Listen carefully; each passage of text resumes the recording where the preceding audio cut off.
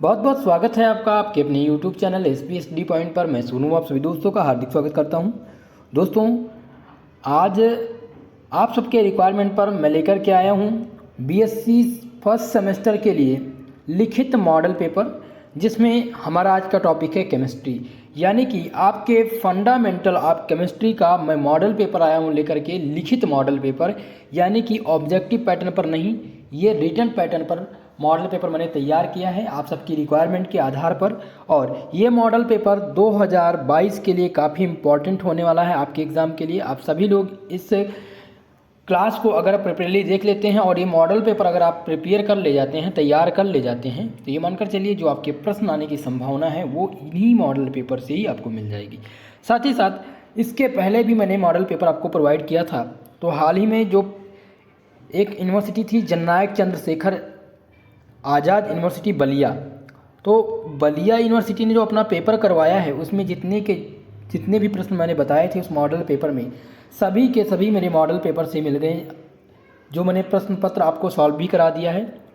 प्रश्न पत्र आपको देखना है तो आप लिंक में डिस्क्रिप्शन बॉक्स में लिंक दी गई है, देख लीजिए, या चैनल पेज पर चले जाइए, चैनल पेज पर जाएंगे आपको वहाँ पर मिल जाएगा। DDU का पेपर मैंने सॉल्व कराया है ऑब्जेक्टिव पर, उसमें भी जितना मैंने प्रश्न बताया था सारे के सारे प्रश्न मेरे मॉडल पेपर से आए थे। ऑब्जेक्टिव पैटर्न पर 40 क्वेश्चन कराए गए थे, उनमें से ये मानकर चलिए कि 85% मेरे बताए भी आए थे। और अभी हाल ही में कानपुर यूनिवर्सिटी ने अपना पेपर करवाया है। कानपुर यूनिवर्सिटी ने अपना पेपर करवाया है, तो कानपुर यूनिवर्सिटी ने जो पेपर करवाया है अपना वो MCQ मोड में करवाया है। किस पे? MCQ मोड में करवाया है, यानी कि 100 क्वेश्चनों का प्रश्न पत्र बना था MCQ में, जिनमें से केवल 75 नंबर आप लोग को करने थे। 75 क्वेश्चन करने थे, प्रत्येक क्वेश्चन 1 नंबर का था। आप लोग कल मैंने उसका जो है आंसर की प्रोवाइड करा दिया है चैनल पर, और कल मैंने सॉल्व भी करा दिया है।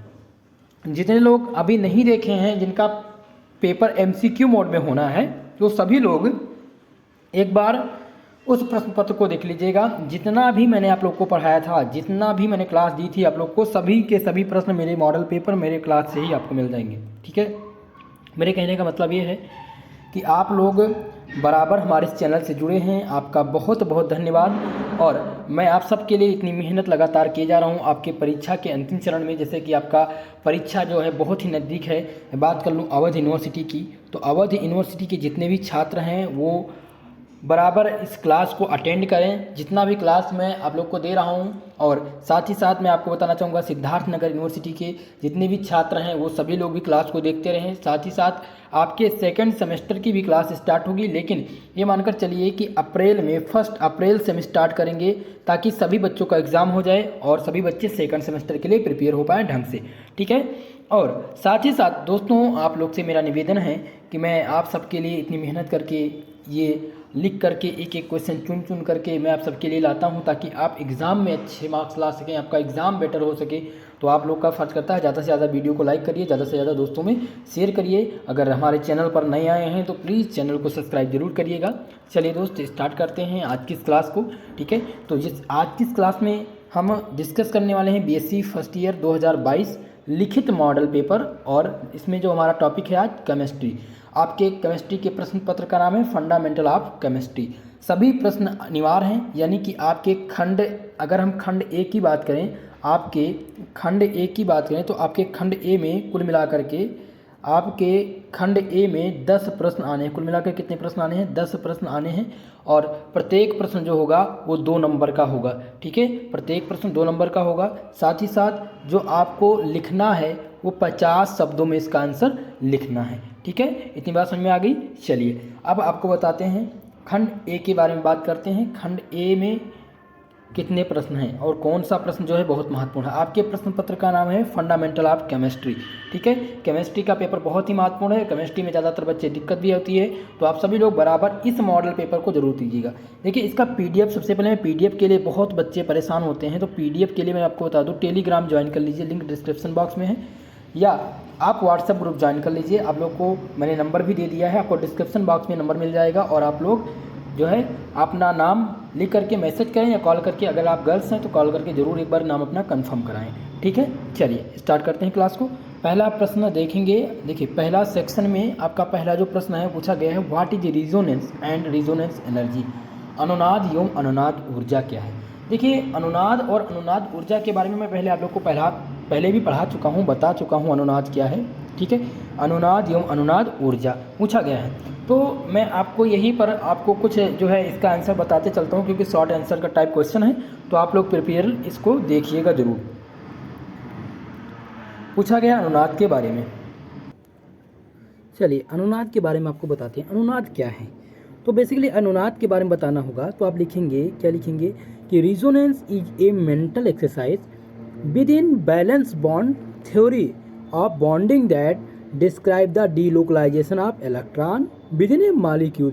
यानी कि अनुनाद क्या है, अनुनाद एक मानसिक व्यायाम है। क्या है, अगर अनुनाद की बात करें तो अनुनाद क्या है, एक प्रकार का मानसिक व्यायाम है जो बंध के संयोजकता बंध सिद्धांत यानी बंध के बैलेंस बॉन्ड थ्योरी के सिद्धांत के भीतर इलेक्ट्रॉन का क्या करता है, निरूपण करता है, इलेक्ट्रॉन का निरूपण करता है। और इसमें लुईस स्ट्रक्चर के बहुत सारी संरचना, इसमें लुईस संरचना बहुत सारे जो है निर्माण शामिल होते हैं। जैसे लुईस संरचना की अगर हम बात करें तो इसे हम कहते हैं, क्या कहते हैं, लुईस स्ट्रक्चर कहते हैं।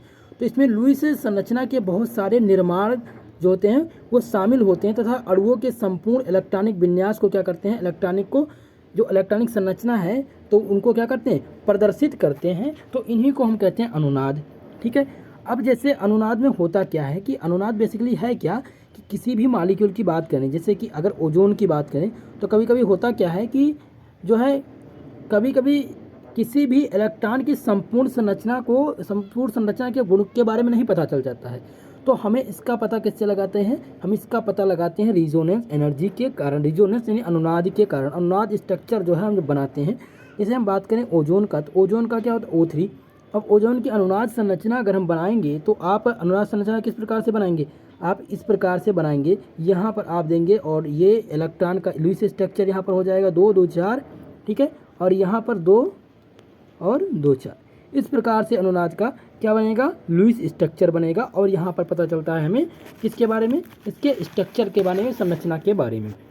जैसे कि अगर हम बात कर लें कि अब रिजोनेंस की तो बात होगी कि रिजोनेंस क्या है, अनुनाद क्या है। अनुनाद एक प्रकार का मानसिक व्यायाम है जो बंध के क्या संयोजकता बंध सिद्धांत के अणुओं के भीतर क्या करता है, इलेक्ट्रॉन का निरूपण करता है। और इसमें लुईस संरचना के बहुत सारे निर्माण क्या होते हैं, शामिल होते हैं, जो संरचना जो किसी भी मॉलिक्यूल के स्ट्रक्चर को प्रदर्शित करते हैं। ठीक है, अब बात होती है यहाँ पर रिजोनेंस एनर्जी की।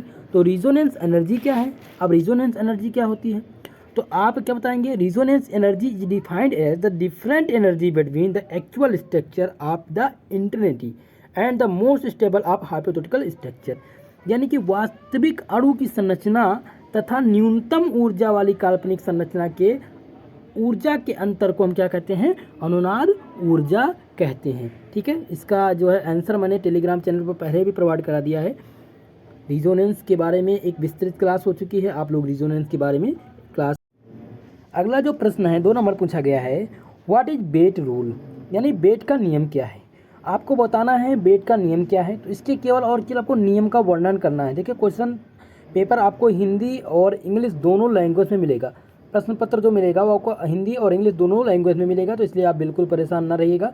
लेकिन जो आपको आंसर राइटिंग करनी है, आपको जो आंसर राइटिंग आपको करनी है वो इंग्लिश लैंग्वेज में ही करनी है। किस में करनी है, इंग्लिश लैंग्वेज में ही आप लोग को आंसर राइटिंग करनी है। ठीक है मेरे प्यारे दोस्तों, तो आपको करना क्या है, आपको बताना बेट रूल। तो बेसिकली बेट रूल क्या है, रसायन विज्ञान में जो बेट का नियम है वो अणुओं की बात करा जाए, अगर अणुओं में केंद्रीय परमाणु के कक्षीय संकरण और उनके बीच प्रतिस्थापन तथा विद्युत ऋणात्मक के बीच के संबंधों का वर्णन करता है। इसे हेनरी ए द्वारा दिया गया था। बेंट रूल किसके द्वारा दिया गया था, बेंट रूल किसके द्वारा बताया गया था, ए बेंट के दूर यानी कि ए हेनरी।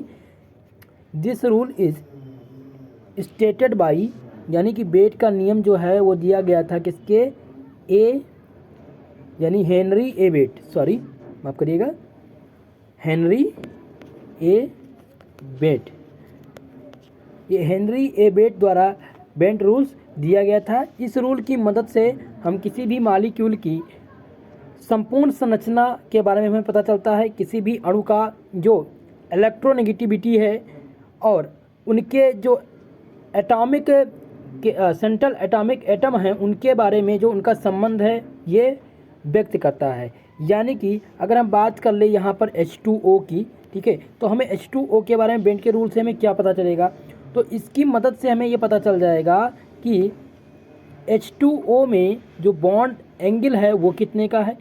क्या ये जो शेप है यानी कि ये पूरी तरह से क्या दिखाता है, किसी भी मॉलिक्यूल की या किसी भी एटम की संरचना दिखाता है और पानी के अणु के आकार को यह दर्शाता है। यानी कि बेंट के रूल के अनुसार पानी का जो है, हम यहाँ पर बॉन्ड एंगल देख रहे हैं तो इसका बॉन्ड एंगल कितना बनेगा, इसका बॉन्ड एंगल जो बनेगा वो बनेगा कितना बनेगा बताइए। इसमें जो बॉन्ड एंगल होगा 109.5 होगा और जो इसमें संकरण बनेगा, अगर हम संकरण की बात करें तो इसमें संकरण क्या होगा, इसमें sp3 संकरण होगा और इसका जो कोण होगा यानी जो इसका बॉन्ड बनेगा वो बॉन्ड एंगल होगा वो होगा 109.5 डिग्री। ठीक है, यानी कि बेंट का नियम हमें क्या दिखाता है कि एक अणु के केंद्रीय परमाणु में कई समूहों से बना होता है। जैसे कि हम बात करें कि किसी भी एक अणु में केंद्रीय परमाणु में कोई जो है कई समूह होते हैं, उसमें कई समूह होते हैं, एक ऐसा नहीं है। जैसे इसमें पता क्या चलता है, देखिए अगर इस हम ले लेते हैं, पानी को लेते हैं, अब इसमें हमें क्या पता चलेगा, सबसे पहले तो इसके स्ट्रक्चर के बारे में पता चलेगा, दूसरा हमें क्या पता चलेगा इसके बॉन्ड एंगल में, फिर इसके बाद इसके बॉन्ड लेंथ के बारे में पता चलेगा, फिर इसके हाइब्रिडाइजेशन के बारे में पता चलेगा यानी संकरण क्या इसमें है।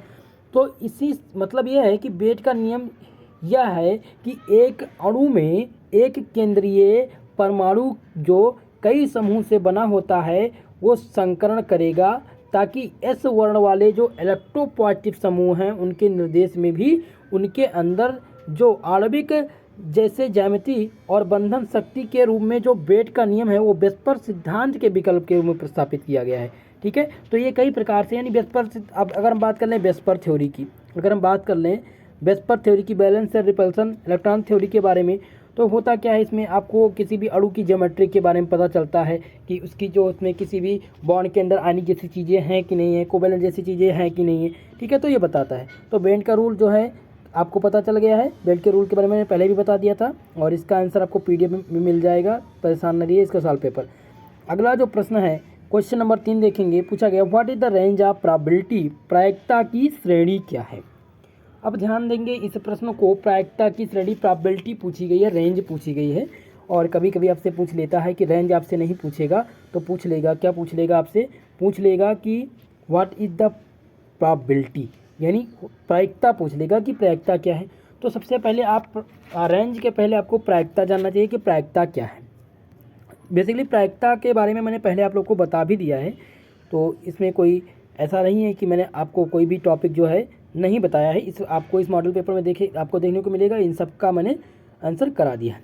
तो अगर हम बात करें प्रायिकता की, तो प्रायिकता क्या है, गणित की वह शाखा जो किसी संख्या का उपयोग करके किसी घटना के घटित होने की अनिश्चितता को मापती है, उसे हम क्या कहते हैं, प्रायिकता कहते हैं। गणित की वह शाखा जो किसी संख्या के, गणित की वह शाखा जो किसी संख्या के, वह शाखा जो किसी संख्या के उपयोग करके किसी घटना के घटित होने की अनिश्चितता को मापती है, वो क्या कहलाते हैं, उसे हम प्रायिकता कहते हैं। The branch of mathematics that measure the uncertainty of the occurs of event using number is called probability. ठीक है, तो ये होगी आपकी प्रायिकता। अगर आप पूछ लें रेंज, पूछ लिया जाए आपसे कि रेंज क्या है, तो रेंज ऑफ प्रोबेबिलिटी निकालने के लिए एक फार्मूला होता है। एक फार्मूला क्या होता है, 0 is greater than less than equal to P capital E is less than 1। ये इसका फार्मूला होता है रेंज ऑफ प्रोबेबिलिटी फाइंड करने के लिए। ठीक है, चलिए अब अगला प्रश्न देखेंगे। ये दोनों प्रश्न आपके, ये पहला जो आपको 3 नंबर प्रश्न पूछा गया है ये मैथमेटिकल कॉन्सेप्ट ऑफ केमिस्ट्री का है, आपके लास्ट चैप्टर का। अगला जो प्रश्न है पूछा गया है, if the log 10(3) equal to 0.4774 and log 10(2) equal to 3010 then the find log 2/3। आपको log की वैल्यू फाइंड करनी है और ये मैंने मैथमेटिकल कॉन्सेप्ट में नहीं बताया है, तो इसका सलूशन मैं आपको मैथमेटिक का जो है क्लास होने वाला है आपके लास्ट चैप्टर का मैथमेटिकल कॉन्सेप्ट केमिस्ट्री के जो है कल की क्लास में मैं आपको लेकर के आया हूँ। मैथमेटिकल कॉन्सेप्ट लेकर के आऊँगा जिसमें मैं आपको बताऊँगा कि कौन सा चैप्टर इंपॉर्टेंट है, इसमें कौन सा टॉपिक जो है आपके एग्जाम में आने की संभावना। वैसे फिलहाल जो आपके प्रश्न में आने हैं वो क्वेश्चन मैंने दे दिए हैं। अगर लॉन्ग टाइप प्रश्न में आपसे क्वेश्चन नहीं पूछा जाएगा, आपसे शॉर्ट में ही पूछा जाएगा, ठीक है। तो आप जो है इस सभी को तैयार करिएगा। कल की क्लास में आपको बताने वाला हूँ कि मैक्सिमा क्या होता है, मैक्सिमा क्या है, मिनिमा क्या है, डिफरेंशियबिलिटी क्या है, प्रोबेबिलिटी क्या है, इन सब के बारे में कल की क्लास में डिस्कस करेंगे। चलिए फिलहाल इसका सलूशन मैं आप लोग को टेलीग्राम चैनल पर प्रोवाइड करा दूंगा। अगला प्रश्न आप देखेंगे, अगला प्रश्न पूछा गया है 5 नंबर प्रश्न, ध्यान देंगे सभी लोग। पूछा गया है what do you mean by CPU। आप सभी लोग बताएंगे CPU के बारे में। CPU के बारे में सभी स्टूडेंट जो हैं परिचित होंगे CPU से कि CPU क्या होता है, इसका फुल फॉर्म क्या होता है, सेंट्रल प्रोसेसिंग यूनिट इसका फुल फॉर्म होता है। तो आंसर किस प्रकार से लिखेंगे, आप ये भी लिख सकते हैं। आप जैसे क्वेश्चन पूछा गया what do you mean by CPU, तो आप लिखेंगे कि the major part of this is the major part of computer, this is a input device यानी CPU and its full name is central processing unit. इसका work आप लिख सकते हैं, आपको केवल और केवल 50 शब्द में इसका आंसर देना है, ठीक है। अगर आपसे CPU नहीं पूछा जाएगा, हो सकता है आपसे पूछ लिया जाए कि what is the RAM, RAM क्या है, या आपसे पूछ लिया जाएगा रैम की जगह पर आपसे ये भी पूछा जा सकता है कि आप ये बताइए कि जो है हम ALU से आप क्या समझते हैं, अर्थमेटिकल लॉजिकल यूनिट से आप क्या समझते हैं, रैम या ALU या फिर CPU, ठीक है। यही सारे प्रश्न जो आपसे एग्जाम में पूछे जाने हैं। या आपसे एक क्वेश्चन और पूछ लिया जाता है, आप ध्यान देंगे कंप्यूटर से जो प्रश्न आ रहे हैं आने की संभावना ये भी आ सकता है बाइनरी नंबर सिस्टम पर, कि बाइनरी नंबर सिस्टम क्या होता है, right A short note on binary number system. तो बाइनरी नंबर सिस्टम का नोट्स मैंने पहले ही प्रोवाइड करा दिया है। और आपको बता दें बाइनरी नंबर सिस्टम में बात हो रही है यहाँ पर बाइनरी नंबर की। तो बाइनरी नंबर सिस्टम में कितने अंक होते हैं, केवल 2 अंक होते हैं, 0 और 1 होता है, इन्हीं से सारे कोड्स बनते हैं, ठीक है। चलिए अब हम प्रश्न को देखते हैं। पूछा गया है अगला जो प्रश्न हमसे पूछा गया है 6 नंबर प्रश्न पूछा गया है, right A short note on electron affinity. बहुत ही महत्वपूर्ण क्वेश्चन है इलेक्ट्रॉन एफिनिटी, इलेक्ट्रॉन बंधुता पर संक्षिप्त टिप्पणी लिखनी है। ये प्रश्न मेरे प्यारे दोस्तों, ये प्रश्न जो है आपसे अभी हाल ही में जननायक चंद्रशेखर आज़ाद यूनिवर्सिटी ने जो पेपर करवाया है उसमें ये प्रश्न पूछा गया था कि इलेक्ट्रॉन बंधुता क्या होती है, इलेक्ट्रॉन बंधुता पर संक्षिप्त टिप्पणी लिखिए। आपसे ये सेक्शन ए में ही पूछा गया था, शॉर्ट टाइप आंसर में ही पूछा गया था, और जब भी आपसे पूछा जाएगा ये शॉर्ट टाइप आंसर में ही पूछा जाएगा। चलिए इसका आंसर मैं आप लोग को यहीं पर बता देता हूँ, और कुछ ना कुछ थोड़ा बहुत देखिए मैं प्रयास करता हूँ कि इसका आंसर भी थोड़ा बहुत बताते चलूँ ताकि आपके दिमाग में कुछ ना कुछ बातें बैठती चली जाएं, ताकि आप अपने एग्ज़ाम में जो है गलती ना करें, ठीक है मेरे प्यारे दोस्तों। चलिए इलेक्ट्रॉन एफिनिटी के बारे में बताना है, यानी कि इलेक्ट्रॉन बंधुता। तो आप सबसे पहले करेंगे क्या कि हेडिंग डाल देंगे। आप जब भी लिखेंगे तो आप सबसे पहले डालेंगे इलेक्ट्रॉन बंधुता, हेडिंग डाल देंगे, उसके अंदर लिखेंगे। देखिए इलेक्ट्रॉन बंधुता के बारे में हम आपको थोड़ा बहुत बता देते हैं। जैसे कि इलेक्ट्रॉन बंधुता की ये बात हो रही है, तो जिस प्रकार से किसी परमाणु में धनायन में, जैसे कि कोई भी परमाणु है उसके धनायन में आपको दिया रहता है M, फिर यहाँ पर M+ इलेक्ट्रॉन, यानी जो इसका इलेक्ट्रॉन परिवर्तन होता है, जो इसमें इलेक्ट्रॉन परिवर्तन की प्रवृत्ति है, उसके आयनन विभव द्वारा इसकी क्या जाता है, उसके आयनन विभव द्वारा मापा जाता है। तो इस प्रकार के एक परमाणु के एक ऋणायन में जो परिवर्तन की प्रकृति है, जो प्रवृत्ति है, उसे हम इलेक्ट्रॉन बंधुता कहते हैं। उसी को क्या कहते हैं, इलेक्ट्रॉन बंधुता कहते हैं। जैसे कि हम मान लेते हैं कि कोई एक धनायन है, यहाँ पर एक ये किसी एटम को मान लेते हैं M, और यहाँ पर M+ आयन है और प्लस यहाँ पर इलेक्ट्रॉन है। तो इसके जो परिवर्तन की प्रवृत्ति को आयनन विभव द्वारा जो मापा जाता है, इसी प्रकार जैसे इसके जो प्रकृति को क्या करते हैं, आयनन विभव द्वारा मापते हैं। तो इसी प्रकार से एक परमाणु के एक ऋणायन में, जो इसके एक ऋणायन में परिवर्तन की प्रवृत्ति है, उसी को हम क्या कहते हैं, उसी को इलेक्ट्रॉन एफिनिटी द्वारा मापते हैं। और उसे किस प्रकार से प्रदर्शित करते हैं, उसे हम X+ इलेक्ट्रॉन और यहाँ पर क्या डैश लगा करके, यानी गिव्स आउट, और यहाँ पर माइनस, ये हो जाता है आपके इलेक्ट्रॉन एफिनिटी का सिंबल। इसी प्रकार से हम इसको दिखाते हैं, ठीक है। यानी कि अगर हम सपिक्ष में बात करें, अगर हम सिंपल वर्ड में इसका आपको बताना हो इसकी परिभाषा, तो आप परिभाषा क्या बताएंगे कि वह ऊर्जा जो किसी उदासीन गैसीय परमाणु में एक अतिरिक्त इलेक्ट्रॉन लेकर ऋणायन बनाने में उत्पन्न होती है, उससे हम क्या कहते हैं? इलेक्ट्रॉन बंधुता कहते हैं, इलेक्ट्रॉन एफिनिटी कहते हैं। ठीक है, एक बार मैं फिर से रिपीट कर देता हूँ। आप लिखेंगे वह ऊर्जा जो किसी उदासीन गैसीय परमाणु में एक अतिरिक्त इलेक्ट्रॉन लेकर के क्या बना दे? ऋणायन बनाने में उत्पन्न होती है, उससे हम इलेक्ट्रॉन एफिनिटी कहते हैं। ठीक है, यानी कि electron affinity is defined as the energy released when the extra electron is taken by a gaseous nature atom are called electron affinity. और इलेक्ट्रॉन एफिनिटी को हम किस प्रकार से प्रदर्शित करते हैं, एक बार ध्यान देंगे। यहाँ पर x plus e minus gives out x minus plus del H से हम प्रदर्शित करते हैं। चलिए अब हम बात करते हैं, अगला जो प्रश्न आपका है बहुत ही महत्वपूर्ण प्रश्न है। अगला जो प्रश्न है क्वेश्चन नंबर 7 पूछा गया है, right A short note on homolytic fission. Homolytic fission यानी होमोलिटिक विदलन पर संक्षिप्त टिप्पणी लिखनी है। संक्षिप्त टिप्पणी लिखनी है किस पर? होमोलिटिक फिशन पर। आपको बताना है होमोलिटिक फिशन क्या है। ठीक है, तो होमोलिटिक फिशन किसे कहते हैं और हेटेरोलिटिक फिशन कहते हैं, इसके बारे में पहले आप लोग को मैंने बता भी दिया है, और इसका सॉल्यूशन भी एक बार मैंने पहले जो पिछले मॉडल पेपर में दिया था, इसका आंसर मैंने वहाँ पर प्रोवाइड किया था। ठीक है, होमोलिटिक विदलन पर संक्षिप्त टिप्पणी लिखना है, आपको इसका आंसर कंप्लीट करना है। चलिए अब अगला जो प्रश्न है आपसे पूछा गया है क्वेश्चन नंबर 8, बहुत ही महत्वपूर्ण है। पूछा गया O2 minus O2 minus O2 plus N2 plus के बंध क्रम की गणना कीजिए। आपको इसके बंध क्रम को बताना है, इसका बॉन्ड ऑर्डर बताना है। किसका? इसका क्या बताना है? बॉन्ड ऑर्डर निकालने के लिए आ सकता है आपसे बॉन्ड ऑर्डर। ठीक है, तो बॉन्ड ऑर्डर कैसे निकालते हैं इसके लिए भी मैंने बता दिया है, और साथ ही साथ आपको पोलर और नॉन पोलर बताने के लिए भी आ सकता है। पोलर और नॉन पोलर के कौन सा मॉलिक्यूल से आपको दे देगा कि कौन सा इसमें पोलर है और कौन इसमें नॉन पोलर है, ये भी बताने के लिए आपसे पूछा जा सकता है। तो फिलहाल आपसे जो प्रश्न पूछा गया है वो बहुत ही महत्वपूर्ण है। क्वेश्चन नंबर 8, O2 माइनस 2 और O2 प्लस N2 के बंध क्रम की गणना कीजिए। अब इसका हम बॉन्ड एंगल कैसे निकालते हैं, जैसे कि हम अगर बात कर लें ऑक्सीजन की O2 की, तो इसमें हम किस प्रकार से निकालेंगे। आपको पता है ऑक्सीजन के एटॉमिक सबसेल में कितने इलेक्ट्रॉन होते हैं, बताइए। लास्ट सबसेल में कितने इलेक्ट्रॉन होते हैं? इसका जो एटॉमिक नंबर होता है 8 होता है, और यहाँ पर जो 2 लगा है यानी कि 2 दिया हुआ है, तो इसमें 2 ऐड कर देंगे, तो 8 2 कितना हो गया? 10 हो गया।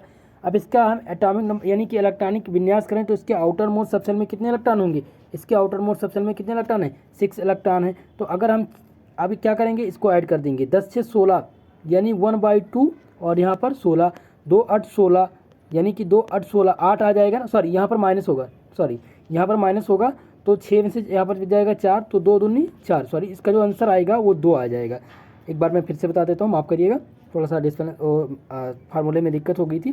देखिए बॉन्ड ऑर्डर निकालने के लिए जो उसका फार्मूला होता है वो होता है 1/2 एटॉमिक नंबर, और जो इसके जैसे जो परमाणु की संख्या दी गई हो, एटॉमिक नंबर इसका कितना है? 8 है, और इसमें कितना दिया गया? 2, तो इसको हम भी क्या कर देंगे, उसको भी ऐड कर देंगे, यानी कि 1/2, और ऑक्सीजन का जो एटॉमिक नंबर है 8 है, लेकिन इसमें O2 दिया है तो 10 हो जाएगा। अब इसके लास्ट सबसेल में जो इलेक्ट्रॉन है, आउटर मोस्ट सबसेल में इलेक्ट्रॉन की संख्या, देखिए आप इलेक्ट्रॉनिक विन्यास करिए, देखिए निकालेंगे 1s2, सभी लोग कॉपी में निकालिए, 2s2 और 2p4, यहाँ पर 2p4 होगा, तो इसके आउटर मोस्ट सबसेल में कितने? 4 और 2, ये दोनों ऑक्टेट अभी कंप्लीट नहीं है, 4 2 6 इलेक्ट्रॉन हो जाएंगे। ठीक है, और यहाँ पर क्या हो जाएगा? माइनस चार्ज हो जाएगा। ठीक है, माइनस निकाल देंगे तो आप 10 में 6 गई, 4 बचेगा, 1/2, 2 दूनी यानी 4, कितना आ जाएगा इसका आंसर? इसका जो बॉन्ड ऑर्डर हो जाएगा O2 का जो बॉन्ड ऑर्डर आएगा वो 2 आएगा। अब हम O2 माइनस का निकालते हैं, देखिए O2 माइनस का निकालेंगे तो 1/2 और यहाँ पर 10, अब यहाँ पर माइनस चार्ज लगा हुआ है तो एक बढ़ जाएगा ना, यहाँ पर इलेक्ट्रॉन की क्या है? कमी है, तो कमी रहेगी तो प्लस चार्ज लगेगा, यहाँ पर 1 इलेक्ट्रॉन बढ़ जाएगा, यानी 6 आउटर मोस्ट सबसेल में इलेक्ट्रॉन थे, एक और हो जाएगा, 7 हो जाएगा। अब 10 में से 7 निकालोगे कितना बचेगा? 1/2, और यहाँ पर कितना बचेगा? 10 में से 7 गई, 4 बचेगा, 2 दूनी कितना बचेगा? 10 में 7 गए, जल्दी बताइए आप लोग। यहाँ पर 3 आएगा, तो अब क्या करेंगे, यहाँ पर आ जाएगा इसका जो बॉन्ड ऑर्डर आ जाएगा 2.5 आ जाएगा। कितना आ जाएगा? 2.5 आ जाएगा। तो इसी प्रकार से इसका बॉन्ड ऑर्डर आप सभी का निकाल सकते हैं। जो फार्मूला है वो मैंने आप लोग को बता दिया है, तो इसी के आधार पर आप सभी का जो है बॉन्ड ऑर्डर निकालेंगे। इसका फार्मूला मैं एक बार फिर से बता देता हूँ। देखिए, आप 1/2 इसका जो फार्मूला है 1/2, और यहाँ पर आप लिखेंगे किसी भी एटम की, चाहे N2 हो तो नाइट्रोजन का कितना होता है एटॉमिक नंबर, तो नाइट्रोजन का एटॉमिक नंबर, और यहाँ पर 2 लिखा हुआ है तो इसको 2 को भी देखिए, एटॉमिक नंबर प्लस जो इसकी संख्या होगी, यानी जितनी भी संख्या होगी N2 N3, तो यहाँ पर 3 ऐड हो जाएगा, माइनस इसके आउटर मोस्ट सबसेल में जो इलेक्ट्रॉन की संख्या है वो, और प्लस और माइनस 4। ठीक है, और इसी प्रकार से निकाल देंगे और निकल जाएगा बॉन्ड ऑर्डर। ठीक है, चलिए अगला प्रश्न है आपका, explain the balance bond theory. तो बैलेंस बॉन्ड थ्योरी क्या है? सबसे पहले बैलेंस बॉन्ड थ्योरी का जो फार्मूला होता है वो क्या होता है? इसका फार्मूला जल्दी से आप लोग बताइए, इसका फार्मूला क्या होता है बैलेंस बॉन्ड थ्योरी का? इसे कहते हैं बैलेंस बॉन्ड थ्योरी। तो balance bond theory, VSEPR theory, और साथ ही साथ मैंने आप लोग को बताया था हाइड्रोजन बॉन्ड क्या होता है, डाइपोल मोमेंट किस प्रकार से फाइंड करना है, इन सभी के बारे में मैंने पहले भी आप लोग को बता दिया था, पढ़ा दिया था। आप बाउ प्रिंसिपल भी मैंने आप लोग को बता दिया था। आप बाउ प्रिंसिपल क्या है, N+L रूल क्या है, यानी N+N जो नियम है वो क्या है, किस प्रकार से हम N+L रूल निकालते हैं। ठीक है, तो चलिए बेसिकली अगर हम बात करें बैलेंस बॉन्ड थ्योरी की, तो बैलेंस बॉन्ड थ्योरी में क्या बताती है कि किसी भी मॉलिक्यूल के अंदर कोवैलेंट जैसी चीज़ें है कि नहीं है। ठीक है, अब बैलेंस बॉन्ड थ्योरी को किसने प्रपोज किया था? हिटलर और लंदन ने। हिटलर और लंदन ने इसको प्रपोज किया था। हिटलर और लंदन ने कब प्रपोज किया था? 1927 में। यानी कि valence bond theory is introduced by Heitler and London in 1927। ठीक है, to propose this theory to explain the nature of covalent bond, यानी कि इस थ्योरी को हिटलर और लंदन ने 1927 में इंट्रोडक्ट किया था, यानी प्रपोज किया था किसी भी कोवैलेंट बॉन्ड के नेचर को बताने के लिए। यानी कि इस थ्योरी को, बैलेंस थ्योरी को, इसे कहते हैं संयोजी बंध सिद्धांत। क्या कहते हैं? बैलेंस बॉन्ड थ्योरी को क्या कहते हैं? इसका जो नाम है वो क्या है? बैलेंस बॉन्ड थ्योरी, यानी कि संयोजी बंध सिद्धांत इसे कहते हैं संयोजी बंध सिद्धांत। ठीक है, तो संयोजी बंध सिद्धांत क्या है? संयोजी बंध सिद्धांत जो है वो किसी भी कोवैलेंट कंपाउंड के, कोवैलेंट बॉन्ड के नेचर के बारे में बताता है। इसको हिटलर और लंदन ने 1927 में किसी भी सहसंयोजक बंध की प्रकृति को समझाने के लिए एक नियम दिया था, जिसे हम बैलेंस बॉन्ड थ्योरी के नाम से जानते हैं, यानी कि संयोजी बंध सिद्धांत के नाम से जानते हैं। ठीक है, कभी कभी ये जो प्रश्न है बैलेंस बॉन्ड थ्योरी, ये आपसे सेक्शन बी में पूछ लिया जाता है। तो आपसे पूछा जाएगा what is balance bond theory, right it's limitation. Limitation क्या होती है? संयोजी बंध सिद्धांत की सीमाएं। सीमाएं, लिमिटेशन मतलब होती है सीमाएं। ठीक है, कि उसमें क्या क्या जो इसकी लिमिट है वो क्या क्या चीज़ें। जैसे इसकी लिमिट हम बात करते हैं बैलेंस बॉन्ड थ्योरी के, एक लिमिट के बारे में आपको बताता हूँ। ठीक है, जैसे कि ये जो थ्योरी है ये उप सहसंयोजी बंध को बनने के कारण को स्पष्ट नहीं कर पाती है, और जो इसमें साझे का इलेक्ट्रॉन युग्म है केवल एक परमाणु द्वारा दिया जाता है। इसमें इस सिद्धांत के अनुसार हम O2 अणु की संरचना को हम इस प्रकार से दिखा सकते हैं। इसे O2 अणु की संरचना को हम क्या दिखा सकते हैं? यहाँ पर लिख सकते हैं ना, यहाँ पर डबल बॉन्ड O, इस प्रकार से हम दर्शाती है। ठीक है, तो इसी प्रकार से ये लिमिटेशन की बात हो गई। ठीक है, तो बैलेंस बॉन्ड थ्योरी से आप अवगत हो गए होंगे। चलिए अगले प्रश्न पर बात करते हैं। देखिए आपका 10वां नंबर प्रश्न आपके सेक्शन ए का जो लास्ट प्रश्न है वो पूछा गया है, what is the S and P block element. S और पी ब्लॉक के तत्व को परिभाषित कीजिए। एस ब्लॉक एलिमेंट क्या है और पी ब्लॉक एलिमेंट क्या है? अब एस ब्लॉक एलिमेंट क्या है, पी ब्लॉक एलिमेंट क्या है, सभी लोग बताइए। एस ब्लॉक और पी ब्लॉक एलिमेंट के बारे में जानते होंगे आप सभी लोग। चलिए आप सभी लोग आंसर करिए। एक परमाणु क्रमांक 29 दिया गया है, ये किस ब्लॉक का तत्व है? ये किस ब्लॉक का तत्व है, एस या पी या डी? चलिए सभी लोग का आंसर आना चाहिए। और वीडियो आपको पसंद आ रही हो तो प्लीज़ वीडियो को लाइक कर दीजिए। चैनल पर नए हैं तो प्लीज़ चैनल को सब्सक्राइब करिएगा। साथ ही साथ ज़्यादा से ज़्यादा दोस्तों में शेयर कर दीजिए। मेरे प्यारे दोस्तों, मैं आप सबके लिए काफ़ी मेहनत करके ये क्लास लाता हूँ, तो आप लोग का जो फ़र्ज़ है वो आप लोग निभाइए और वीडियो को लाइक शेयर सब्सक्राइब ज़रूर करिए। चलिए, एस और पी ब्लॉक एलिमेंट के बारे में मैंने आप लोग को पहले बता दिया था, और फिलहाल में एस और पी ब्लॉक ट्रांजिशन एलिमेंट क्या है, इनर्ट गैस क्या है, इन सब के बारे में कल की क्लास में आपको बताने वाला हूँ। ठीक है, चलिए आगे बढ़ेंगे। ये आपके सेक्शन ए में जो प्रश्न थे उनकी संख्या थी 10 और 10 के 10 अनिवार्य थे। 10 प्रश्न करने थे। प्रत्येक प्रश्न जो था वो 2 नंबर का था, जिसको हमें 50 शब्दों में इसका आंसर लिखना था। चलिए अब हम सेक्शन बी की बात करते हैं। देखिए, खंड बी जिसे हम कहते हैं सेक्शन बी, और खंड बा में आपको करना क्या है कि केवल और केवल 5 प्रश्न करने होंगे, और इसका जो आंसर आपको लिखना है वो 200 शब्दों में लिखना है। कितने शब्दों में? इसका जो आंसर लिखना है मेरे प्यारे दोस्त, वो लिखना है 200 शब्दों में। प्रत्येक क्वेश्चन का आंसर 200 शब्दों में लिखना है, और केवल 5 प्रश्न करने हैं। प्रत्येक जो प्रश्न होंगे वो 7.5 नंबर के होंगे। कितने नंबर के होंगे? 7.5 नंबर के आपके प्रत्येक प्रश्न बनेंगे। और खंड बी में जो संख्या रहेगी प्रश्न की वो 7 रहेगी, जिनमें से आपको केवल और केवल 5 प्रश्न का आंसर देना है, और 200 शब्दों में इसका आंसर लगभग 200 शब्दों में लिखना है। ठीक है, और सभी प्रश्न जो है इसमें से आपको क्वेश्चन, देखिए 7 क्वेश्चन तो पूछे जाएंगे, इनमें से 5 करना रहेगा, लेकिन बीच में 2 क्वेश्चन और पूछे जाते हैं, इसमें और लगा के पूछा जाता है। आप चूज कर सकते हैं कोई भी क्वेश्चन। ठीक है, चलिए अब हम देखते हैं 2 नंबर जो प्रश्न पूछा गया है आपसे। पूछा गया है 2 नंबर प्रश्न, what the Aufbau principle. What is Aufbau principle? Aufbau principle क्या है? Explain the N+L rule. आप-बाऊ का सिद्धांत क्या है? N+L रूल एक्सप्लेन करिए, परिभाषित करिए N+L रूल। अब बताइए N+L रूल क्या है और आप-बाऊ सिद्धांत क्या है। चलिए, आप लोग को आप-बाऊ प्रिंसिपल के बारे में मैंने विस्तृत क्लास दी है, क्योंकि बहुत ही इम्पॉर्टेंट टॉपिक है। तो सबसे पहले हम आप-बाऊ प्रिंसिपल को समझते हैं कि आप-बाऊ प्रिंसिपल क्या है। आप-बाऊ प्रिंसिपल एक जर्मन वर्ड है। क्या है? एक प्रकार का जर्मन शब्द है, जिसका अर्थ है रचना करना। जिसका अर्थ क्या होता है? जिसका अर्थ होता है रचना करना होता है। ठीक है, यानी कि इसका जो अर्थ होता है वो होता है रचना करना।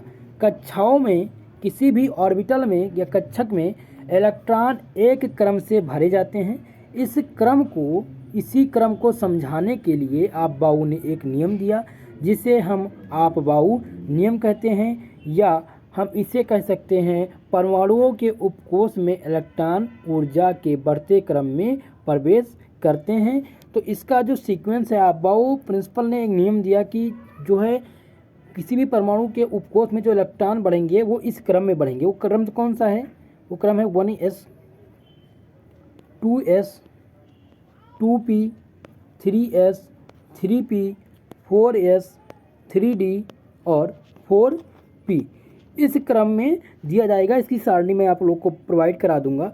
तो अब इसमें आपको पता कैसे चलेगा कि किस प्रकार से हमें सबसे पहले इस कोष में क्या पता चलेगा कि सबसे पहले एस कक्षक में जाएगा कोई भी इलेक्ट्रॉन कि पी कक्षक में जाएगा। आपको पता है कक्षक क्या होते हैं, ऑर्बिटल क्या होते हैं। तो ऑर्बिटल होते हैं, एक एस ऑर्बिटल होता है जिसमें केवल एक कक्षक होते हैं, पी में होता है 3, और डी की बात करें तो डी में कितने होते हैं? डी में इनकी संख्या जो होती है 5 होती है। ठीक है, तो SPDF जो है ये कक्षक होते हैं, और N+L रूल की मदद से हमें पता चलता है कि किस कक्षक में सबसे पहले इलेक्ट्रॉन जाएगा।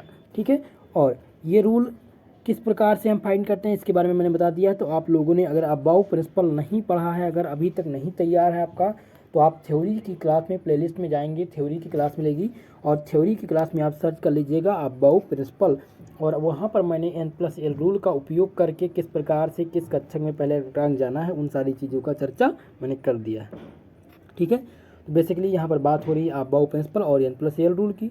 तो N+L रूल की मदद से हमें पता चलता है कि किस सबसेल में पहले इलेक्ट्रॉन प्रवेश करेगा, चाहे वो एस कक्षक में जाएगा या डी कक्षक में जाएगा, इसका निर्णय करता है N+L रूल। ठीक है, और आप-बाऊ प्रिंसिपल जो है एक प्रकार का जर्मन शब्द है जिसका अर्थ होता है रचना करना। किसका रचना करना? किसी भी ऑर्बिटल की रचना करना। कक्षाओं में इलेक्ट्रॉन जो है एक क्रम में भरे जाते हैं और इस क्रम को निर्धारित करने के लिए अफबाउ प्रिंसिपल ने एक नियम दिया जिसे हम अफबाउ सिद्धांत कहते हैं। और उन्होंने बताया कि इस क्रम में जैसे एक नियम दिया था और उन्होंने बताया कि सबसे पहले 1s, फिर 2s, फिर 2p, फिर 3s, फिर 3p और फिर 4s। अब यहाँ पर आप सोच रहे हैं कि यहाँ पर 4s क्यों आ गया, यहाँ पर 4d आना चाहिए। यहाँ पर जैसे 2p आया, 3s 3p, यहाँ पर 3d आना चाहिए क्योंकि d तक होते हैं ना पी कक्षक में, 3 वाले में तो d तक जाएगा। तो यहाँ पर 4s, ये n+l रूल से आपको पता चलेगा। ठीक है, n+l रूल मैंने बता दिया है और मैं कल की क्लास में थोड़ा बहुत एनालिसिस कर दूंगा ताकि आप लोग के समझ में आ जाएगा। चलिए अगला प्रश्न देखते हैं। पूछा गया है state Fajans rule, explain which one will be more polarising, K+ और Ag+, यानी पोटेशियम आयन और सिल्वर आयन। अब आपको बताना है कि माफ़ करिएगा, बताना है कि पजान्स रूल का स्टेट आपको देना। पजान्स रूल में आखिर में बेसिकली होता क्या है, और आपको बताना है ध्रुवण क्षमता बताना है किसका, K+ आयन और Ag+ आयन के बीच में। यानी कि फजान के नियम को समझाइए कि फजान का नियम क्या है। फजान का नियम क्या है? देखिए इसमें पता ये चलता है, फजान के रूल में ये पता चलता है कि कौन सा एटम कितना ध्रुवण क्षमता रखता है। जैसे कि बात करें फजान्स रूल में हमें बेसिकली इस बात का पता चलता है कि आप मान लीजिए कि ये प्लस है और ये माइनस चार्ज है।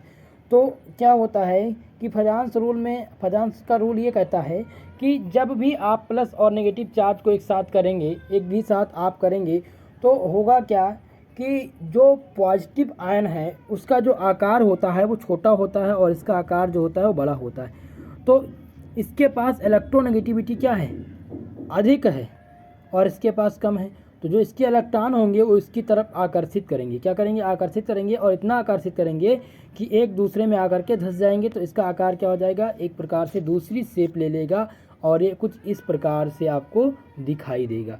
ठीक है, ये इस प्रकार से आपको दिखाई देगा। ये फजान्स के रूल में आपको पता चलेगा। ठीक है, तो फजान्स का रूल भी मैंने आप लोग को एक विस्तृत क्लास दे दी है। फजान्स का रूल कैसा होता है, किस प्रकार से आपको पोलराइजेबिलिटी याद करना है, पोलराइजेशन क्या होता है, इन सब के बारे में मैंने पहले बता दिया है। थ्योरी की क्लास में जाकर के वो चीज़ें डिस्कस कर सकते हैं। अगला प्रश्न आप ध्यान देंगे, पूछा गया है 4 नंबर प्रश्न पूछा गया है। बहुत ही महत्वपूर्ण प्रश्न है ये, और इन प्रश्नों को तैयार करिएगा। पूछा गया explain the physical and chemical properties of alkali metals, क्षार धातु तत्वों के भौतिक तथा रासायनिक गुणों का वर्णन कीजिए। क्षार धातु तत्व के भौतिक और रासायनिक गुण बताने हैं। Explain the physical properties and alkali earth metal. तो एल्कली अर्थ मेटल के आपको बताना है कि इसके जो हैं केमिकल और फिजिकल प्रॉपर्टी। तो सबसे पहले आप जान लीजिए कि एल्कली अर्थ मेटल होते क्या हैं।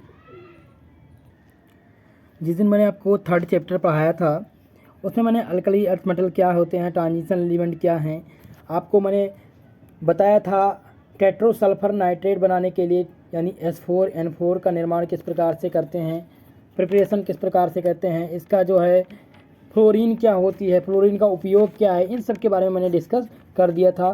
ग्रुप आपके आवर्त सारणी में जो है हाइड्रोजन कंपाउंड का योगदान क्या है, किस प्रकार से हाइड्रोजन ग्रुप जुड़े होते हैं, इन सब के बारे में मैंने डिस्कस कर दिया था। तो आप लोग जाकर के थ्योरी की क्लास में आप देख लेंगे, वहाँ पर टेट्रोसल्फर बनाने के लिए मैंने विधि भी बता दिया है किस प्रकार से बनाएंगे।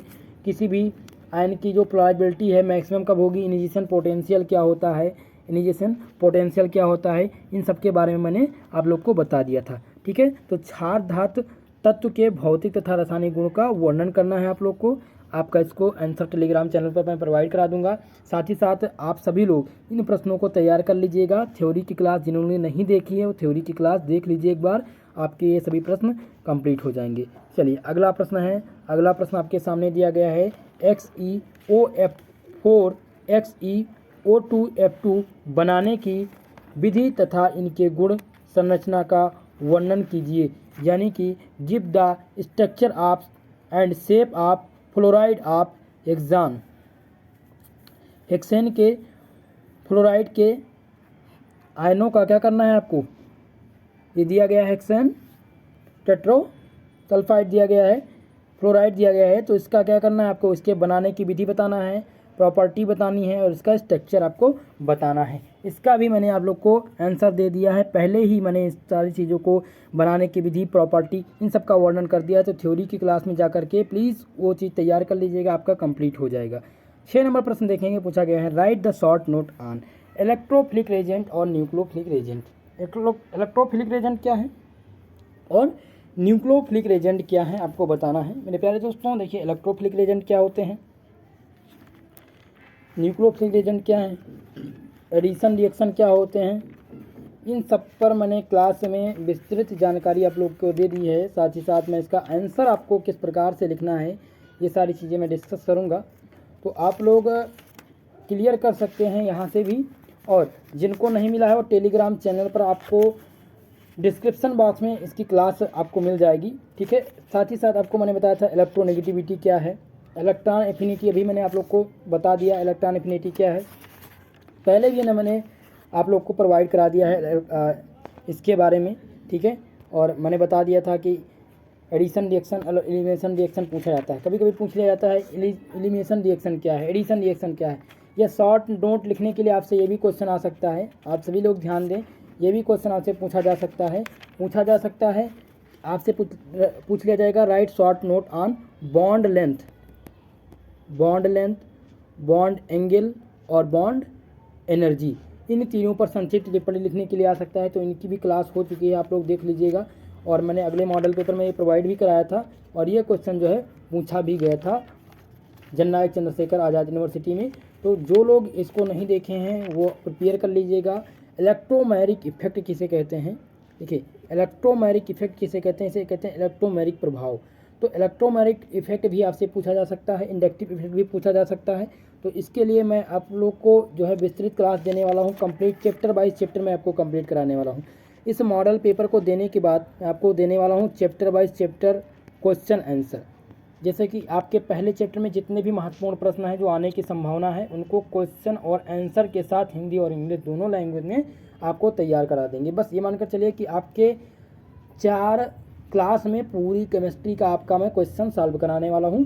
तो सभी लोग हमारे चैनल से ज़रूर जुड़ जाइएगा, ठीक है। जो लोग नहीं सब्सक्राइब किए चैनल को सब्सक्राइब कर लेंगे, बेल आइकन को जरूर प्रेस करेंगे ताकि क्लास का नोटिफिकेशन आप तक प्राप्त होता रहे, ठीक है। चलिए, तो आपको बेसिकली इस प्रश्न में आपको बताना था आपको राइट शॉर्ट नोट ऑन, यानी कि इलेक्ट्रोफिलिक रेजेंट और न्यूक्लियोफिलिक रेजेंट क्या होते हैं, इन पर शॉर्ट नोट लिखना था, ठीक है। इसका आंसर आपको कितने शब्दों में लिखना है, 200 शब्दों में इसका आंसर आपको देना है। चलिए, अब हम अगला जो प्रश्न है 7 नंबर देखते हैं क्या पूछा गया है। बहुत ही जो है इम्पॉर्टेंट प्रश्न है, पूछा गया what is the difference between conformational and configurational stereoisomers. त्रिविम समरूपता क्या है, विन्यासी व समरूपी त्रिविम समरूपता में अंतर बताइए। बहुत ही मोस्ट इम्पॉर्टेंट है, ये आपके स्टीरियो केमिस्ट्री का प्रश्न है। देखिए, अगर हम बात करें स्टीरियो केमिस्ट्री की, तो स्टीरियो केमिस्ट्री से जो आपके प्रश्न बनेंगे, स्टीरियो केमिस्ट्री से जो आपके प्रश्न आने की संभावना है, ये मानकर चलिए कि 15% क्वेश्चन आपके स्टीरियो केमिस्ट्री से आएंगे। आपसे स्टीरियो केमिस्ट्री में पूछा क्या जा सकता है, जो भी पूछा जाना, जो इम्पोर्टेंट है वो तो मैंने आप लोग को बता ही दिया है, लेकिन जो अभी कहा जा सकता है कि ये पूछा जाएगा, जो ये कहा जा सकता है कि ये प्रश्न आने की संभावना है, वो ये है कि आपसे पूछ लिया जाएगा, आइसोमर भी पूछा जा सकता है कि आइसोमर कितने प्रकार के होते हैं, डिफरेंस बिटवीन द आइसोमर्स, यानी कि डिफरेंस पूछ दिया जाएगा कि ज्योमेट्रिकल, और आपसे पूछ लिया जाएगा कि ऑप्टिकल आइसोमर क्या होते हैं, ज्योमेट्रिकल आइसोमर क्या होते हैं। या एक क्वेश्चन आपसे पूछ लिया जाएगा आपके सेक्शन बी में कि what is the optical isomer, optical isomer क्या है। या आपसे पूछ लीजिएगा मीसो कंपाउंड क्या है। ये दोनों प्रश्न बहुत महत्वपूर्ण हैं, ये मैंने आप लोग को पहले भी बता दिया था। और अभी भी फिलहाल में देखिए, आप सभी लोग जो भी नई क्लास किए हैं, वो अभी महासंग्राम रिवीजन क्लास चल रही थी, तो उसमें मैंने स्टीरियो केमिस्ट्री के क्वेश्चन डिस्कस किए थे। स्टीरियो केमिस्ट्री के जितने भी महत्वपूर्ण क्वेश्चन थे वो मैंने पहले बता दिए थे। तो आप लोग वो PDF ले लीजिए और मेहनत करके वो PDF तैयार कर लीजिए, ठीक है। चलिए, आंसर भी आप लोग को मिल जाएगा। त्रिविमीय समता क्या है, विन्यासी व समरूपी त्रिविमीय समता में अंतर लिखिए, ठीक है। तो ये प्रश्न बहुत ही महत्वपूर्ण है और इसको तैयार करिएगा। आपसे एक क्वेश्चन और पूछा जा रहा है लगातार, EEZ system of nomenclature, EEZ system of nomenclature. तो आपको स्ट्रक्चर में जब भी आपको यहाँ पर ऐसे इस प्रकार से स्ट्रक्चर दिया जाए, ईजेड सिस्टम थोड़ा सा मैं आपको बताने का प्रयास करूँगा, यहाँ पर ध्यान देंगे सभी लोग। इसके ई सिस्टम में क्या होता है, यहाँ पर दिया गया है, यहाँ पर सी डबल बॉन्ड सी, यहाँ पर जो भी जुड़ेंगे 1 2 1 2 इस प्रकार से ई में रहेगा। ई में आपको क्या मिलेगा, यहाँ पर सेम मिलेगा, लेकिन जेड सिस्टम में आपको क्या मिलेगा, यहाँ पर डिफरेंट एटम लगे होंगे इलेक्ट्रोनेगेटिविटी के आधार पर। तो ईजेड सिस्टम भी मैं आप लोगों को बताने वाला हूँ, क्योंकि इससे एक प्रश्न आने हैं। ये मानकर चलिए ईजेड सिस्टम से आपके प्रश्न आने हैं, चाहे वो 2 नंबर का आए या आपसे 7.5 नंबर में पूछा जाए, 2 में से 1 में से आना है। तो ईजेड सिस्टम मैं आप लोग को कल की क्लास में बताने वाला हूँ। चलिए अगले प्रश्न पर ध्यान देंगे। अब आपके सेक्शन बी के सारे प्रश्न मैंने हल करा दिए, यानी 7 प्रश्न मैंने आपको दिए हैं सेक्शन बी में। तो अगर ये 7 क्वेश्चन तैयार कर ले जाते हैं तो इनमें से ये मानकर चलिए 4 क्वेश्चन आपके एग्जाम में पूछे ही जाएंगे। आप जो है जितने भी इधर यूनिवर्सिटी के पेपर हो रहे हैं आप उठाकर देख लेंगे, सारे के सारे क्वेश्चन मेरे मॉडल पेपर से आ रहे हैं। ये मैं लास्ट मॉडल पेपर आज आप लोग को प्रोवाइड करा रहा हूँ, और इस मॉडल पेपर को लेकर के मैं कुल मिला करके आप लोग को 3 मॉडल पेपर पहले ही प्रोवाइड करा दिया है, यानी कि 3 प्रकार के प्रैक्टिस सेट दे दिए हैं।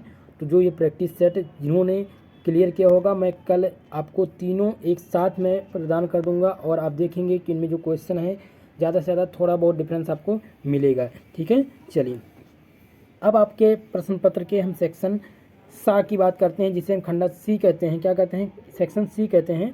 तो सेक्शन सी में केवल और केवल 2 प्रश्नों के उत्तर देने। कितने प्रश्न के, केवल और केवल 2 प्रश्न के उत्तर देने हैं, और इसका जो प्रत्येक प्रश्न का नंबर मिलेगा आपको वो 10 नंबर का प्रत्येक प्रश्न होगा। यानी कि सेक्शन बी में कुल मिलाकर के आपको 20 नंबर के प्रश्न करने हैं और 2 प्रश्न करने हैं।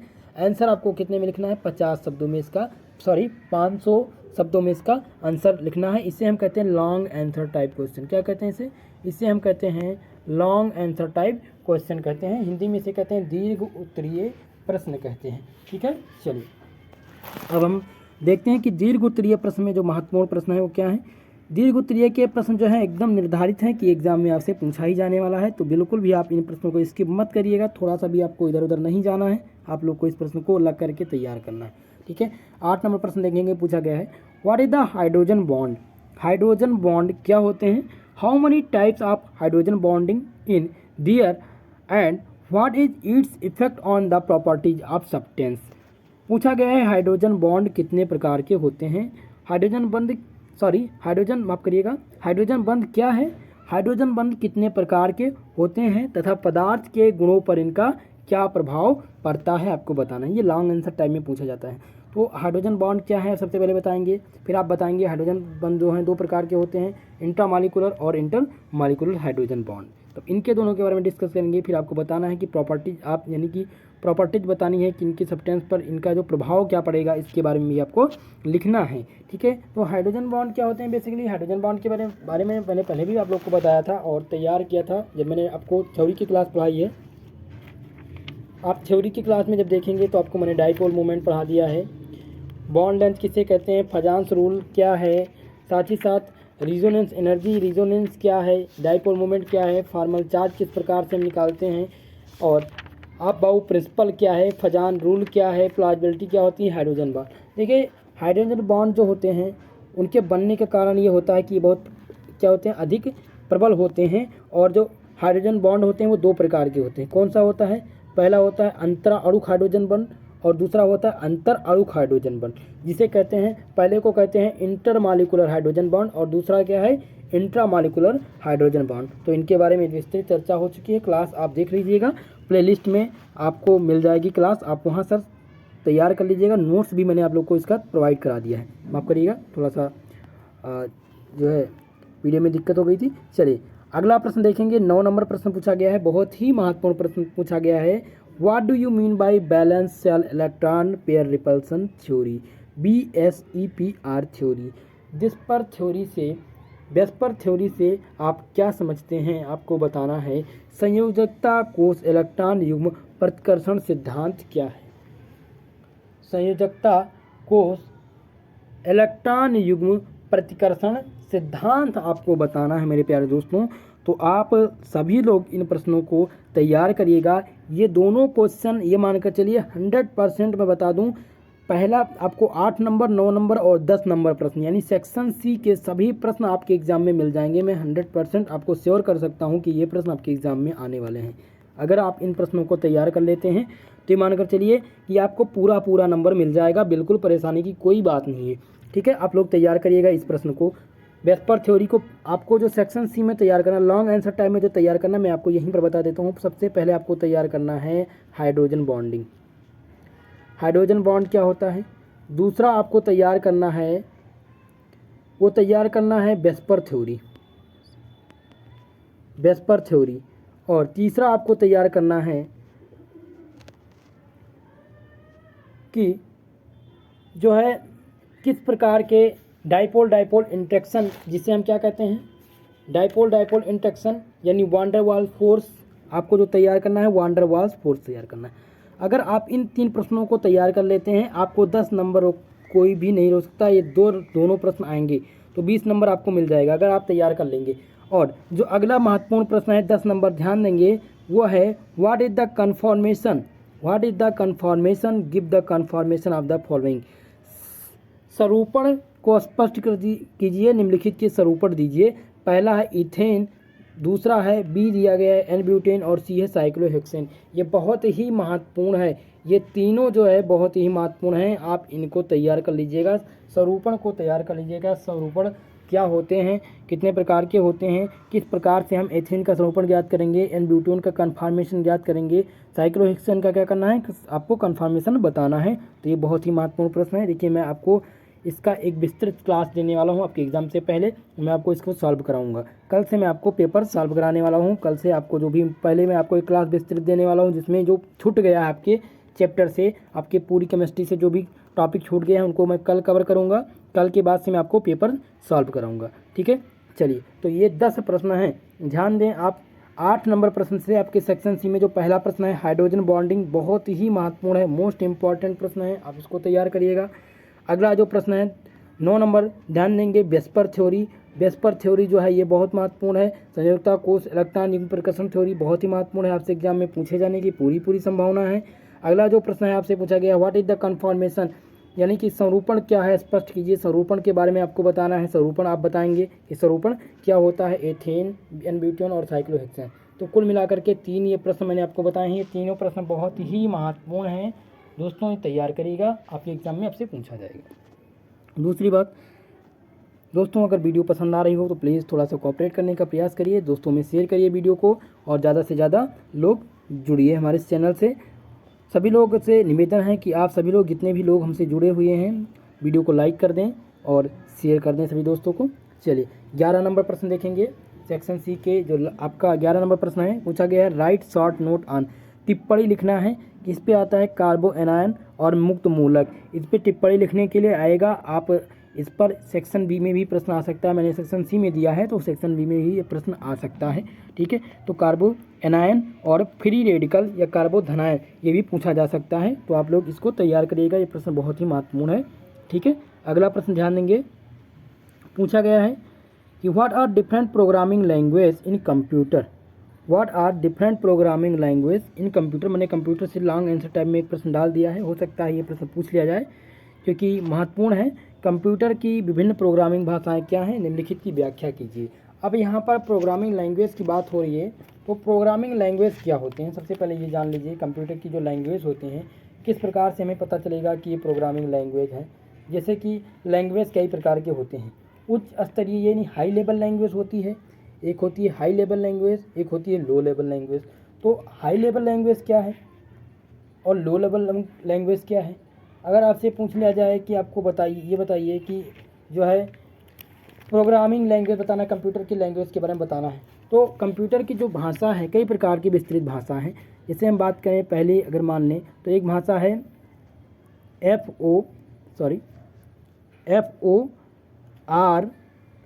FORTRAN, ये एक भाषा है। दूसरा भाषा है कोबाल, COBOL, कोबाल। तीसरा है बेसिक, तीसरी जो भाषा है वो है बेसिक। और चौथा है पास्कल, PASCAL। अब इसमें आपको बताना है कि कोबाल भाषा क्या है, कोबाल क्या होती हैं। तो सबसे पहले आपको इसमें देखना होगा कि लो लेवल लैंग्वेज क्या है, हाई लेवल लैंग्वेज क्या है, असेंबली भाषा क्या होती हैं, फिर आप एक एक करके डिस्कस करोगे। जैसे कि अगर हम बात करें कोबाल की, या हम सबसे ले लेते हैं कि बेसिक क्या है, बेसिक भाषा क्या है, BASIC। तो इस भाषा को किस प्रकार से हम परपोज करेंगे, तो इसका जो मतलब फुल फॉर्म क्या होता है, बी से हो जाएगा बिगनर, ए से all purpose symbolic instruction code. Basic का जो मतलब होता है वो होता है beginners all purpose symbolic instruction code, ठीक है, BASIC। आप सभी लोग ध्यान दें, क्या है इसका, beginners all purpose symbolic instruction code. और इसको किसने डिस्कवर किया था, इसको डिस्कवर किया था केमिन तथा थॉमस कुर्टज ने। किसने किया था, केमिन तथा थॉमस कुर्टज ने सन 1963 और 64 के दौरान इसको दिया था। ये कंप्यूटर लैंग्वेज है। अगर हम बात करें पास्कल की, तो पास्कल क्या है, PASCAL। पास्कल क्या है, तो पास्कल भाषा किसे कहते हैं, इस भाषा का विकास जो है निक्थ बिर्थ ने किया था। किसने किया था, निक्थ बिर्थ ने किया था। इसका जो नामकरण है वो महान गणितज्ञ यानी ब्लेज पास्कल के नाम पर किया गया था। ये एक प्रकार की ब्लॉक संरचना भाषा है जो जिसका विकास सॉफ्टवेयर तैयार करने के लिए किया जाता है। पास्कल भाषा का प्रयोग किसके लिए किया जाता है, सॉफ्टवेयर तैयार करने के लिए किया जाता है। अगर हम बाइनरी नंबर सिस्टम की बात करें, तो बाइनरी नंबर सिस्टम में कुल कितने अंक हैं, कुल 2 अंक हैं। कौन से, 0 और 1, 2 ही अंक हैं। तो बाइनरी नंबर सिस्टम के लिए केवल यह बेस 2 है, यानी 2 कोड है। इसमें सिस्टम में कोई नंबर बिट 0 और 1 की एक श्रृंखला होती है, उसी नंबर की सहायता से हम निकालते हैं, ठीक है। चलिए, तो आपको कंप्यूटर के विभिन्न प्रोग्रामिंग लैंग्वेज के बारे में तैयार करना है। जो अगला आपका प्रश्न है वो बहुत ही महत्वपूर्ण है। आपसे पूछा गया है, what do you understand by hybridization, define the process of formation of bond in compound by sp, sp2, sp3। संकरण किसे कहते हैं, sp संकरण, sp2, sp3 संकरण द्वारा यौगिक में बंध बनने की प्रक्रिया को बताइए। संकरण, संकरण आपको पता है कि sp संकरण होता है, sp2 संकरण होता है, sp3 होता है, sp3d होता है, sp3d2 होता है, sp3d3 होता है। और संकरण निकालने के लिए मैंने आपको फार्मूला भी बता दिया है। संकरण निकालने के लिए आपसे पूछा भी जाएगा। संकरण, बेसिकली संकरण हमें क्या बताता है, किसी भी मॉलिक्यूल के शेप के बारे में बताता है। संकरण क्या बताता है, हमें किसी भी मॉलिक्यूल के शेप के बारे में बताता है। ज्योमेट्री कैसी होती है, शेप कैसी होती है, अलग अलग ज्योमेट्री कौन बताता है, शेप कौन बताता है, इसमें अलग अलग पर्पस है दोनों का, ठीक है। तो आप संकरण सबसे पहले जानेंगे कि संकरण क्या होगा। संकरण के मदद से हमें पता चलता है कि किसी भी मॉलिक्यूल का शेप क्या होगा। sp3 संकरण, इसका बॉन्ड एंगल कैसा होगा, ये भी संकरण बताता है। तो ये बहुत ही महत्वपूर्ण प्रश्न है। 13 नंबर प्रश्न जो है बहुत ही महत्वपूर्ण है, इसको आप तैयार कर लीजिएगा, ठीक है। और जितने भी लोग जुड़े हैं प्लीज़ वीडियो को लाइक करिएगा। चैनल पर अगर नए हैं तो चैनल को सब्सक्राइब करिएगा, साथ ही साथ बेल आइकन को प्रेस करिए ताकि क्लास का नोटिफिकेशन भी आपको प्राप्त होता रहे। और अब आपकी क्लास नियमित आपको इसी टाइम रोज़ रात 8 बजे आपको मिल जाएगी। रोज़ रात 8 बजे से केमिस्ट्री की क्लास लाइव चलेगी। आप सभी लोग हमारे चैनल को सब्सक्राइब करेंगे, बेल आइकन को जो प्रेस कर लेंगे तो नोटिफिकेशन जो रहेगा वो आप तक तुरंत पहुंच जाएगा और आप क्लास ज्वाइन कर पाएंगे, ठीक है। यहाँ बात हो रही थी संकरण के बारे में। तो संकरण जो होते हैं कुल मिलाकर कितने प्रकार के होते हैं, 6 प्रकार के संकरण होते हैं। sp, sp2, sp3, sp3d, sp3d2, sp3d3, ठीक है। अब sp संकरण क्या होता है, तो sp संकरण क्या होता है, जब एक s ऑर्बिटल और एक p ऑर्बिटल मिल करके बराबर ऊर्जा वाले 2 संकर ऑर्बिटल बनाते हैं, संकरित ऑर्बिटल बनाते हैं, तो उसे क्या कहते हैं, sp संकरण कहते हैं। sp संकरण किस में पाया जाएगा, जैसे उदाहरण कर दें हम, BeCl2 में क्या पाया जाएगा, sp संकरण पाया जाएगा। BeF2 में sp संकरण पाया जाएगा। कार्बन डाइऑक्साइड में भी sp संकरण पाया जाएगा। C2H4 में भी क्या पाया जाएगा, sp संकरण पाया जाएगा, ठीक है। तो आपको पता चल गया कि किस प्रकार से हम संकरण निकालेंगे। अगर हम बात करें sp2 संकरण में, तो sp2 संकरण जानते हो कब बनता है? sp2 संकरण जब होता क्या है कि जब एक s ऑर्बिटल और 2 p ऑर्बिटल मिलकर बराबर ऊर्जा के 3 नए संकरित ऑर्बिटल का निर्माण करते हैं, तो वहाँ पर क्या होता है? sp2 संकरण होता है। उदाहरण जैसे कि sp2 संकरण में क्या हमें कौन कौन से मॉलिक्यूल में sp2 संकरण पाया जाता है मैं बता दूं। BF3, BCl3, C2H4 और यहाँ पर ध्यान देंगे, यहाँ पर C2H2 अगर होगा तो यहाँ पर क्या पाया जाएगा? sp संकरण पाया जाएगा। अगर यहाँ पर C2H4 होगा तो यहाँ पर क्या पाया जाएगा? sp2 संकरण पाया जाएगा। SO2 यानी सिलिकॉन डाइऑक्साइड में भी क्या पाया जाएगा? sp2 संकरण पाया जाएगा। तो इस प्रकार से हम संकरण निकालते हैं। तो संकरण निकालने के लिए हाइब्रिडाइजेशन क्या है, इसकी भी क्लास हो चुकी है, थ्योरी की क्लास, तो आप लोग देख लीजिएगा। सभी लोग थ्योरी की क्लास जरूर अटेंड करें। साथ ही साथ आप सभी लोग ने हमारे इस चैनल पर अपना योगदान दिया, इसके लिए बहुत बहुत धन्यवाद। और अगली क्लास जो होगी वो फिजिक्स की क्लास होगी। फिजिक्स की क्लास में मैं लेकर के आया हूँ आज नया मॉडल पेपर आप लोग को प्रोवाइड कराऊंगा। उसमें भी आपको मॉडल पेपर बनाना है, दिखाना है कि मॉडल पेपर में किस प्रकार के प्रश्न आएंगे। मैथमेटिकल फिजिक्स और वेव मोशन में यानी न्यूटोनियन मैकेनिक्स में किस प्रकार के जो प्रश्न आ रहे हैं उनकी चर्चा की जाएगी। और साथ ही साथ आपको जो जल्द ही पेपर हुआ है जननायक चंद्रशेखर आज़ाद यूनिवर्सिटी में, इसका क्वेश्चन पेपर आपको देखने को मिला कि किस प्रकार के क्वेश्चन आए थे। अधिकांश प्रश्न मेरे मॉडल पेपर से ही आपको मिल जाएंगे। ठीक है, तो कल मैं आपको इन सारी चीज़ों का डिस्कशन कराऊंगा। ठीक है, आज आपको अगली क्लास में मिलेगा फिजिक्स की क्लास, और मैथ की क्लास जल्दी ही आपके चैनल पर उपलब्ध होगी। सभी लोग चैनल पर ज़्यादा से ज़्यादा मित्रों को जोड़िए और जो है चैनल को शेयर करिए। दोस्तों, मैं आप सबके लिए इतनी मेहनत कर करके क्लास लेकर के आ रहा हूँ, बराबर मैं निरंतर आपके साथ मेहनत किए जा रहा हूँ। तो आप लोग का फ़र्ज़ है, प्लीज़ आप लोग जो है चैनल को सब्सक्राइब करिए, बेल आइकन को जरूर प्रेस करिए और दोस्तों में भी शेयर करिए। मिलते हैं अगली क्लास में, तब तक के लिए जय हिंद, जय भारत। अपना जो भी कोई क्वेश्चन है कमेंट बॉक्स में डाल दीजिएगा, आप सबके कमेंट का जवाब मैं दूंगा। जो भी कमेंट करते हैं आप सभी के कमेंट का जवाब दिया जाएगा। आज के लिए बस नहीं, मिलते हैं अगली क्लास में, तब तक के लिए जय हिंद, जय भारत।